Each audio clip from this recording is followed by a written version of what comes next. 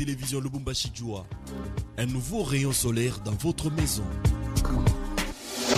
89.3 MHz fréquence radio, 495.25 UHF ou canal 24 fréquence télévision. RTLJ, évolution. Yes, sir.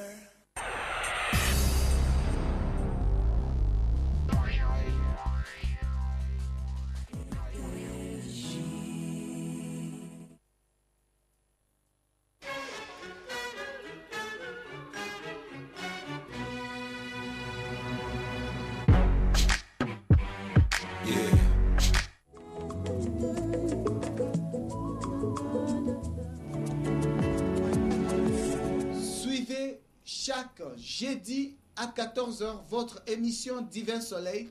Divin Soleil, c'est votre émission de la chronique chrétienne qui passe chaque jeudi à 14h sur la radio-télévision Lubumbashi Joa. Divin Soleil, ouvrez vos Bibles.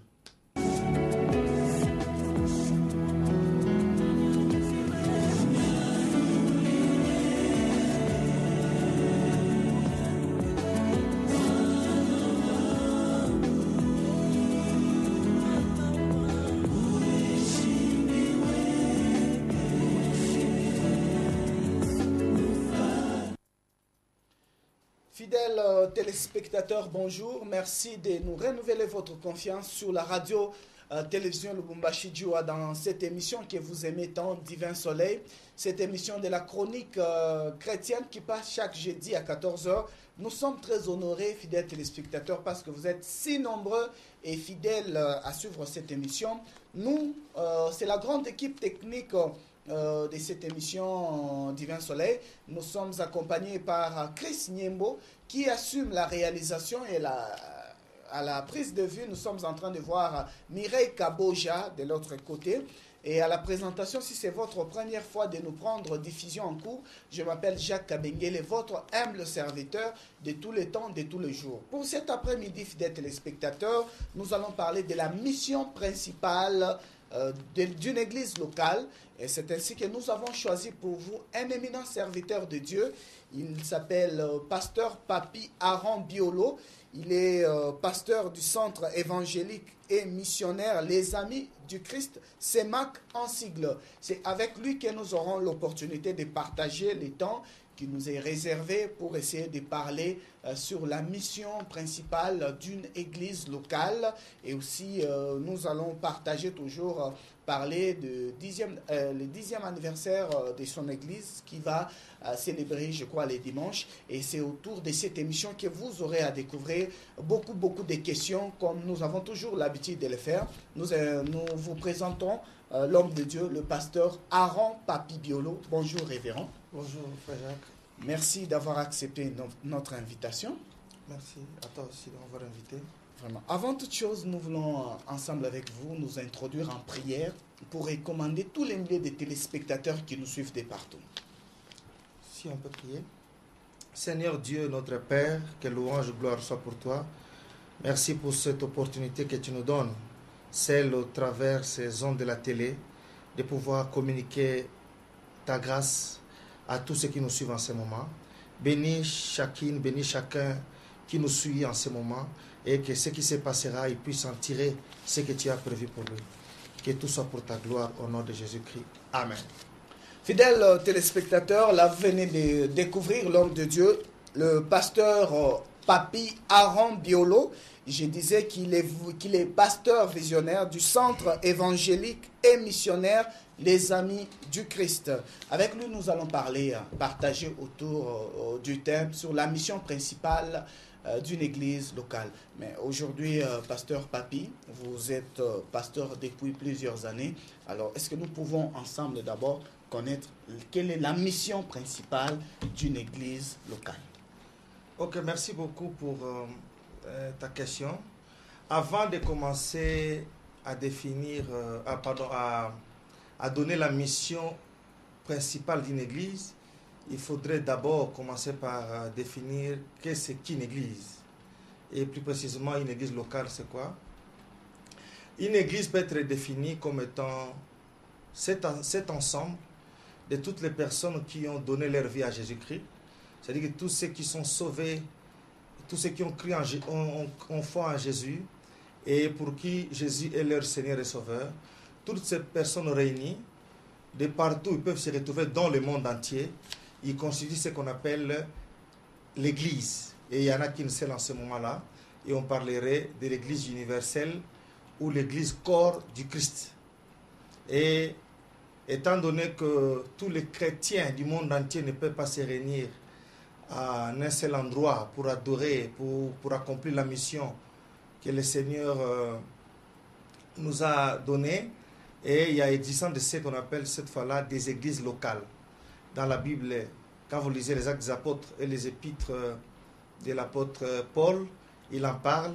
Il y avait l'église de Corinthe, l'église de Philadelphie, telle que cela est écrit dans le livre de l'Apocalypse, les églises par-ci par-là dans beaucoup de villes. Et cette fois-là, c'est une église locale. Et l'ensemble de toutes les églises locales réunies, elles constitueront l'église universelle ou l'église corps du Christ. C'est en partant à cette définition, c'est alors que nous pouvons maintenant essayer de donner quelle est la mission de l'église. La mission de l'église, c'est celle que le Seigneur, qui est lui-même le maître de l'église, l'initiateur de l'église, le fondateur de l'église, Jésus nous a laissé. Et la mission, elle est cette fois-là écrite dans le livre de Matthieu, chapitre 28. À partir du verset 19, il est dit « Allez et faites de toutes les nations des disciples, le baptisant au nom du Père, du Fils et du Saint-Esprit. Enseignez-leur à observer tout ce que je vous ai prescrit, et je suis avec vous jusqu'à la fin du temps. » Donc, à partir de ces versets, de ces passages, nous comprenons que la mission de l'Église première, c'est celle de faire des disciples, c'est-à-dire de gagner des gens qui ne connaissent pas Jésus-Christ par la prédication de l'Évangile. Ces gens, ceux qui auront cru à cet Évangile, feront de Jésus-Christ leur Seigneur et Sauveur. Et ça, c'est la première mission. La deuxième, ça sera cette fois-là de pouvoir encadrer ces personnes gagnées pour en faire des disciples. Parce que quelqu'un qui vient à peine de croire ne peut pas encore être appelé un disciple. Donc il faut l'encadrer, il faut l'enseigner pour faire de lui un disciple. Et la mission à l'Église, en troisième lieu, c'est d'enseigner à ces personnes qui sont gagnées à pouvoir observer tout ce que le Seigneur a prescrit. Donc c'est en ces trois volets que nous pouvons, je dirais, synthétiser pour si nous pouvons parler de la mission de l'Église. Mais avec vous, pasteur Aaron Papi, et vous êtes pasteur depuis plusieurs années, et qui doit être à la tête ou qui doit être à la direction d'une église locale? Une église locale ne peut être dirigée que par un ministre de Dieu. Un ministre de Dieu, c'est une personne qui a reçu un appel spécial. Et à part l'appel à être chrétien, à part l'appel à servir Dieu, il y a aussi un appel qu'on reçoit pour qu'on devienne un ministre de Dieu. Et par là d'un ministre de Dieu, il exerce le ministère. Et c'est quel ministère? C'est le ministère de la parole, selon ce qui est écrit dans Éphésiens chapitre 4, à partir du verset 13. Et parlant d'un ministre de Dieu, nous avons les apôtres, les prophètes, les évangélistes, les docteurs et les pasteurs. C'est quelqu'un qui a reçu un appel dans l'un de ces ministères, c'est celui-là qui peut être appelé à diriger une église. Vraiment. Maintenant, pasteur Aaron Papi, nous voulons un peu savoir, ensemble avec tous les téléspectateurs qui nous suivent de partout et qui veulent aussi avoir une connaissance, comment devient-on ministre et par quels moyens, par quelle formule. Et parce qu'aujourd'hui, nous sommes en train de voir plusieurs personnes se présentant au nom et agir pour les comptes du Seigneur. Maintenant, je ne sais pas pour vous comment vous l'êtes devenu pasteur et en train de diriger une église locale. Ok, merci beaucoup. Parce que ce n'est pas on se couche, on se réveille, on devient pasteur. Ce n'est pas en allant à la faculté de théologie qu'on devient pasteur. Ce n'est pas parce qu'on a fait longtemps l'église comme membre et qu'on devient pasteur. Devenir pasteur, En fait, là aussi, je voulais épingler. Parce que le mot pasteur, c'est un mot aussi qui englobe tout. Ouais. Donc, je voulais plutôt parler comment on devient un ministre de Dieu. Parce que vous verrez que tout, on peut être apôtre, on peut être évangéliste, on peut être prophète, on peut être docteur. On va vous appeler toujours pasteur. C'est comme si c'est devenu un mot commun. Mais nous-mêmes qui sommes du domaine, nous savons distinguer qui est apôtre, qui est évangéliste, qui est prophète, qui est pasteur, qui est docteur. Mais des communs des mortels nous appellent tous des pasteurs. Parce qu'il y a des gens qui dirigent des églises, mais qui ne sont pas des pasteurs par rapport au ministère qu'ils ont reçu de Dieu. Et qu'est-ce que vous voulez dire par là, pasteur Papi? Ils ne sont pas comment, mais et comment ils se retrouvent en train de diriger les gens? Cette fois-là, je dirais, ils peuvent être des pasteurs par fonction et ministre. Il est peut-être un docteur, il est peut-être un apôtre, il est peut-être un évangéliste, de par le ministère que Dieu lui a donné.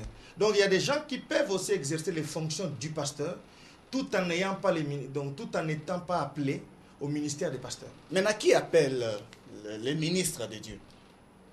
C'est Dieu qui appelle. Je voulais par là vous lire un passage pour qui nous permettrait un peu de comprendre ces choses. Si on peut lire Éphésiens chapitre 4, à partir du verset 11, il est dit: et il a donné les uns comme apôtres, les autres comme prophètes, les autres comme évangélistes, les autres comme pasteurs et docteurs, pour le perfectionnement des saints, en vue de l'œuvre du ministère et de l'édification du corps de Christ. Donc nous comprenons par là que les ministères, c'est un don de Dieu. C'est un don que Dieu confère aux hommes. Un ministère pastoral, qu'on soit pasteur, évangéliste, docteur, apôtre, prophète ou pasteur, comme je le disais, c'est d'abord un don de Dieu. Et il n'y a que Dieu qui peut faire ces dons-là. Donc un ministre de Dieu peut être compris aussi comme étant un don que Dieu a fait aux hommes. Et qui appelle, comme vous l'avez dit, il n'y a que Dieu qui peut appeler. On ne se réveille pas du jour au lendemain pour devenir un ministre de Dieu, pour devenir pasteur évangéliste. Vous devez en recevoir une vocation, un appel. Mais ce qui est aussi compliqué, c'est que quand Dieu appelle une autre personne n'entendra pas la voix à sa place. Il y a que la personne elle-même l'appelée qui entendra la voix et qui comprendra que c'est Dieu qui m'appelle. S'il n'en a pas le discernement pour comprendre que ça, c'est le Dieu qui m'appelle à les servir, cette fois-là, il pourra recourir aux gens qui ont été appelés avant lui, qui ont l'expérience. Cette fois-là, qui lui diront, non, ce que tu es en train de voir, les songes que tu es en train de voir, les messages, les prophéties que tu es en train de recevoir, veulent dire tout simplement que le Seigneur t'appelle à les servir. Et comme je disais, on peut être à deux, Dieu m'appelle, même si nous dormons dans une même chambre, tu ne sauras pas que je suis en train d'écouter l'appel de Dieu. Donc voilà. Donc c'est Dieu qui appelle, et par après, il y a tout un processus pour que ces ministères-là soient reconnus et que la personne exerce véritablement son travail de pasteur. Revenons un peu en arrière, pasteur Papi Biolo-Aron. Vous dites, vous avez parlé de la mission principale d'une église locale. Maintenant, quelle est sa place dans une société, dans cette église locale? Quel est son apport? L'apport de l'église dans la société ne peut être qu'un apport le plus positif possible. Parce que déjà, le Seigneur Jésus nous dit dans les évangiles que nous sommes la lumière du monde.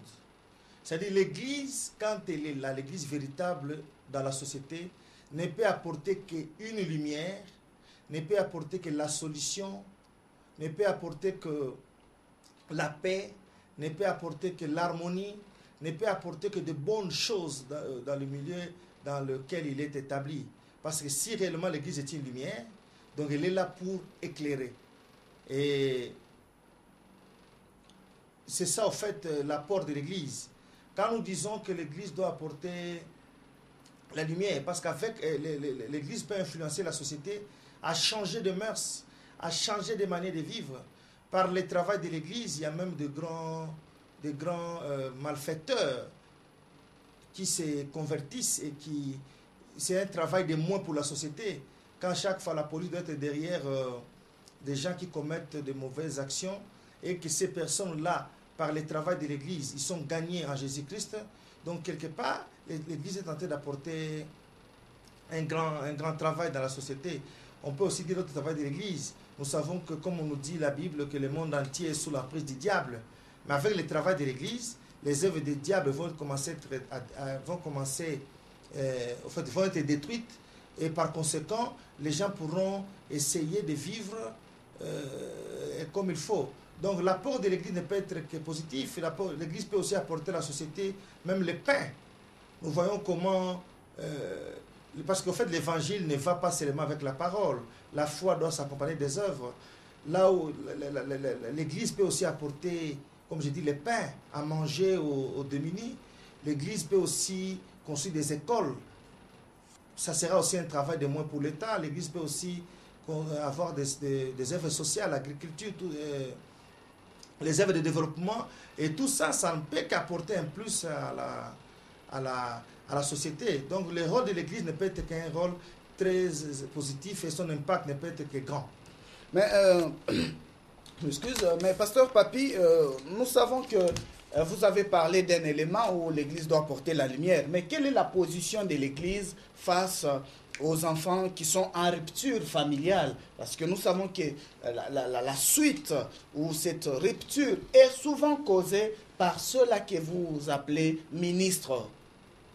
Bon, je ne sais pas affirmer ce que vous dites, hein, parce que moi je vois très mal comment un prédicateur de l'évangile, celui qui est censé apporter l'évangile de la réconciliation, doit faire qu'on puisse chasser un enfant du toit parental pour qu'il se retrouve dans la rue et qu'il commence à souffrir. Moi, je n'ai pas encore vu un pasteur faire ça, mais s'il y en a qui le font, ils sont vraiment en dehors du jeu. Vous ne l'avez jamais fait en tant que pasteur? Non, je ne peux pas le faire. Et vous n'avez jamais reçu une révélation approuvant la sorcellerie d'un enfant dans une maison et cet enfant est en rupture causée par votre révélation reçue par Dieu? Non, en fait, les sorciers existent, mon frère. Même parmi les enfants, il y en a, même des grands sorciers. Il existe. Et je dirais même que ce n'est pas nous qui allons arrêter la prolifération des sorciers. Ils sont là, ils seront là, et jusqu'à la fin des temps, le Seigneur lui-même sait quelle est la récompense qu'il a réservée à ceux-là. Mais l'existence des sorciers ne pourra pas empêcher l'Église à faire son travail. Et si on va dans une maison et on se rend compte qu'il y a un enfant qui a la sorcellerie j'allais dire, et que c'est par sa sorcellerie qu'il y a des effets néfastes dans la maison, on va dire ça. Et on ne va pas dire aux parents de les chasser. On va pas dire aux parents de pouvoir payer les prix qu'il faut pour que cet enfant reçoive la délivrance. Et quel est le prix?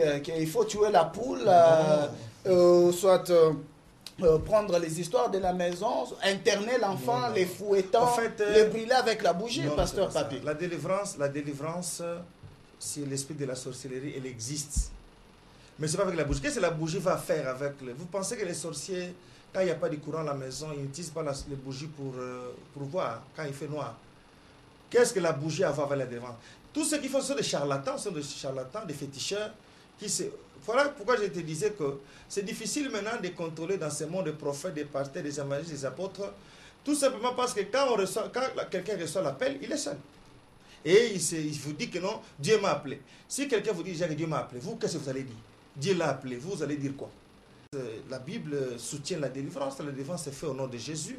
Il y a des tactiques, il y a des choses à faire. Quand je dis les parents doivent payer les prix pour la simple raison qu'il y a un enfant qui est encore mineur, qui ne connaît pas trop de choses de Dieu, mais j'ai vu dans ma Bible des parents amener leurs enfants auprès de Jésus et Jésus les a guéris, les a sauvés. Donc, quand il y a un cas comme tel de sorcellerie dans la maison sur les enfants, il ne faut pas laisser à l'enfant seul aller chercher la délivrance. Mais les parents doivent payer les prix parce que ceux qui pâtissent si les conséquences de cette sorcellerie dans la famille, c'est d'abord les parents. Donc, raison pour laquelle, quand je dis payer les prix, c'est-à-dire que chercher la délivrance. Et la délivrance, elle dit payer les prix, il faut s'adonner. La délivrance, elle ne se donne pas comme les biscuits.